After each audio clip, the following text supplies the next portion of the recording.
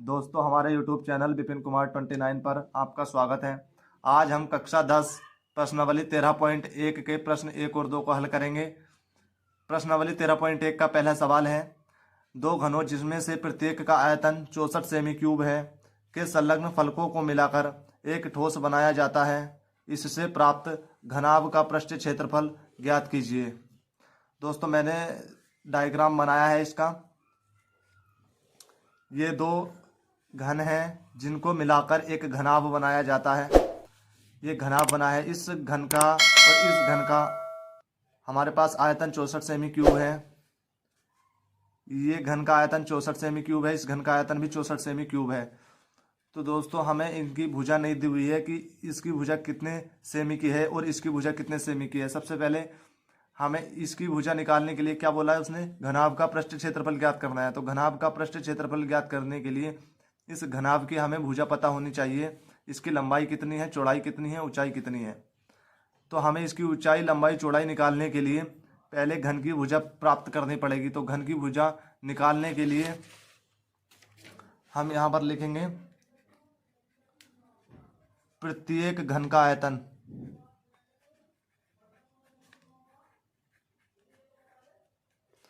तो दोस्तों, एक घन का आयतन 64 सेमी क्यूब दिया हुआ है और घन के आयतन का सूत्र हम जानते हैं कि भुजा की क्यूब होता है। भुजा की क्यूब, घन का आयतन। जब घन का आयतन भुजा की क्यूब होता है तो हमें इस पे क्यूब लगाने के लिए यहाँ पे भुजा क्यूब और इस पे क्यूब लगाने के लिए इसके फैक्टर करने पड़ेंगे। मतलब कि इसका 64 का घनमूल करना पड़ेगा।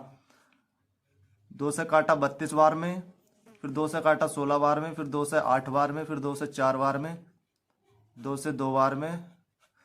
तो जो दोस्तों, जब हम इसका घनमूल करते हैं तो जब हम घनमूल करते हैं तो 3 3 के जोड़े बनते हैं इसमें।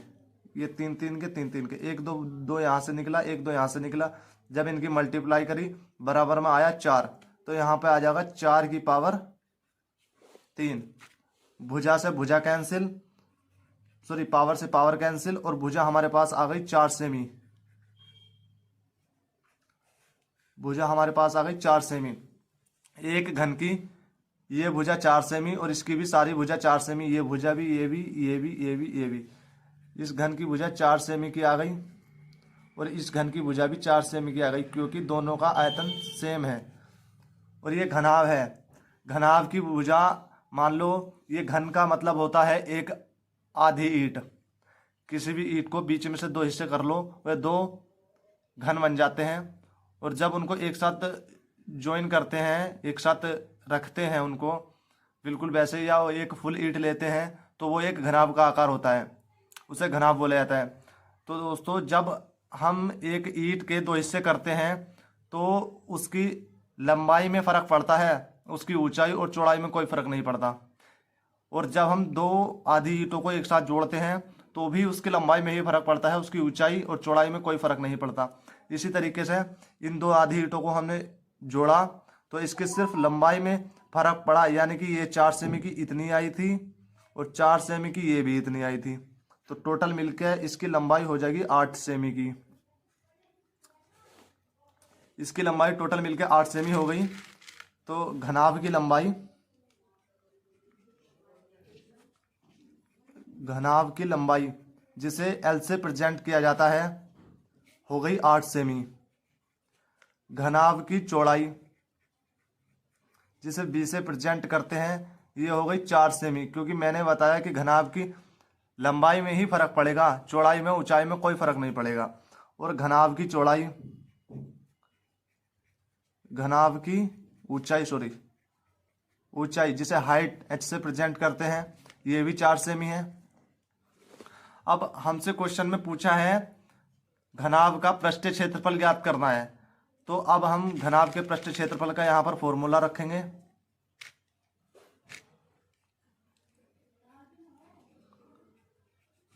घनाभ का पृष्ठीय क्षेत्रफल, घनाभ के पृष्ठीय क्षेत्रफल का फॉर्मूला होता है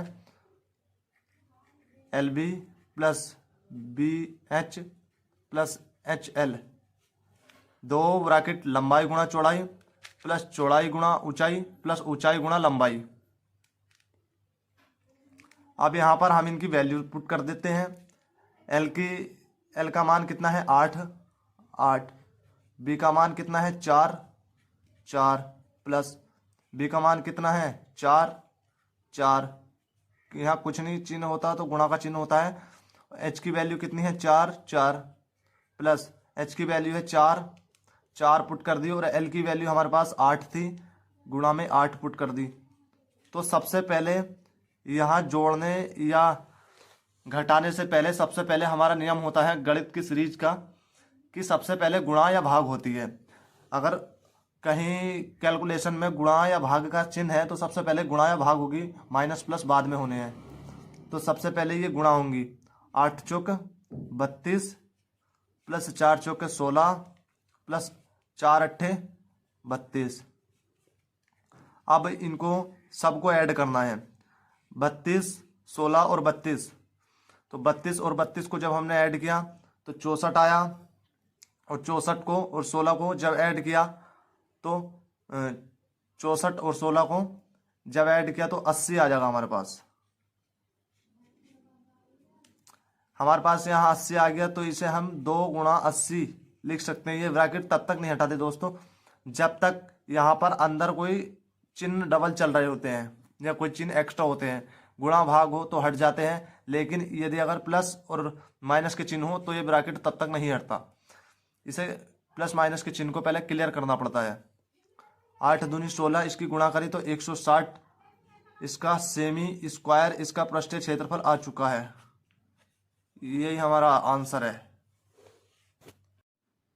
प्रश्नावली 13.1 का दूसरा सवाल है, कोई बर्तन एक खोखले अर्धगोले के आकार का है जिसके ऊपर एक खोखला बेलन अध्यारोपित है। अर्धगोले का व्यास 14 सेमी है और इस बर्तन की कुल ऊंचाई 13 सेमी है। इस बर्तन का आंतरिक पृष्ठीय क्षेत्रफल ज्ञात करना है। तो ये एक बर्तन बना हुआ है, ये एक अर्धगोले के आकार का है और इसके ऊपर एक बेलन अध्यारोपित है। इसके अर्धगोले का व्यास 14 सेंटीमीटर दिया हुआ है और बर्तन की कुल ऊंचाई 13 सेंटीमीटर दी हुई है। तो दोस्तों जब अर्धगोले का व्यास 14 सेमी दिया हुआ है, अर्धगोले का व्यास बराबर 14 सेमी दिया हुआ है, तो आप जानते हैं कि त्रिज्या व्यास की आधी होती है। तो त्रिज्या होगी 14/2 यानी कि 2 सत्ते 14, 7 सेंटीमीटर इसकी त्रिज्या होगी अर्धगोले की। और दोस्तों ये बेलन अर्धगोले पर ही अध्यारोपित है तो बेलन की त्रिज्या भी यही होगी, अर्धगोले की और बेलन की त्रिज्या सेम होगी। ये बेलन की और अर्धगोले की दोनों की त्रिज्या सेम है।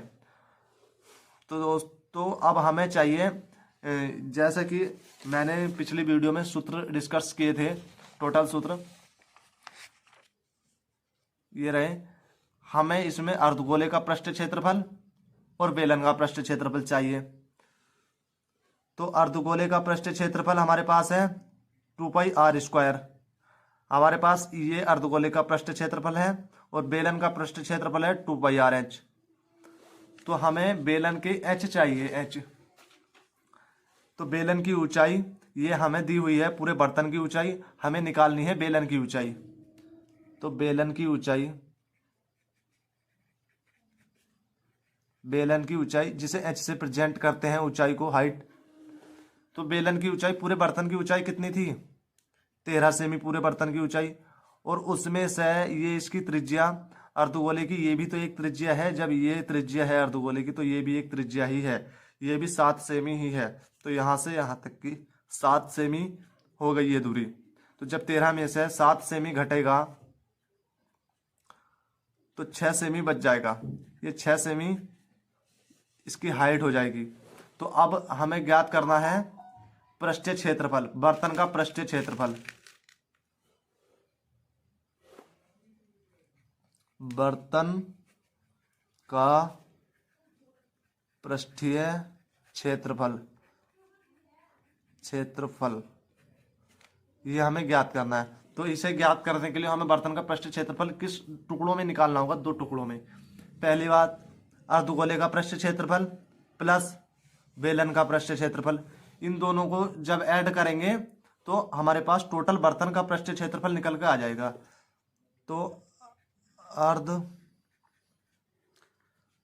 गोले का पृष्ठीय क्षेत्रफल प्लस बेलन का पृष्ठीय क्षेत्रफल, बेलन का पृष्ठीय क्षेत्रफल। अर्धगोले का पृष्ठीय क्षेत्रफल का फॉर्मूला जैसा कि मैंने अभी आपको दिखाया था 2πr² होता है प्लस बेलन का पृष्ठीय क्षेत्रफल होता है 2πrh। ठीक दोस्तों, अब इसमें से 2πr कॉमन कर दो, दोनों तरफ सेम सेम है तो 2πr कॉमन हो जाएगा। यहाँ पर डबल आर थे तो एक आर बाहर पहुंच गया, एक आर अंदर बच गया, प्लस का प्लस चिन्ह आ गया, 2πr कॉमन हो गया तो यहाँ पे h बच गया। अब इनकी वैल्यू पुट कर दो। यहाँ पे 2 की वैल्यू 2 रख दी, पाई की वैल्यू 22/7 पुट कर दी और r की वैल्यू 7 रख दी और r की वैल्यू यहाँ भी 7 प्लस h की वैल्यू 6 पुट कर दी और ये 7 से 7 कैंसिल हो गया, 22 दूनी 44 और ये 7 और 6 को जब ऐड करेंगे तो 13 आएगा और 13 की मल्टीप्लाई जब 44 से करेंगे तो 572। चूंकि हमारा सारा डेटा सेंटीमीटर में था तो यहाँ पर भी सेंटीमीटर क्षेत्रफल स्क्वायर लगता है क्षेत्रफल के लिए, जिसे वर्ग बोला जाता है, तो सेमी स्क्वायर कर दिया हमने यहाँ पर। दोस्तों यूपी बोर्ड का एनसीईआरटी सारा सिलेबस, जितने भी बोर्ड में एनसीईआरटी का सिलेबस चल रहा है, टोटल सिलेबस हम अपने चैनल पर कंप्लीट कराने वाले हैं। तो हमारे चैनल को सब्सक्राइब करें और अपने दोस्तों को शेयर करें ताकि आपके दोस्त भी हमारी वीडियो को देखें और उनके डाउट क्लियर हों। धन्यवाद।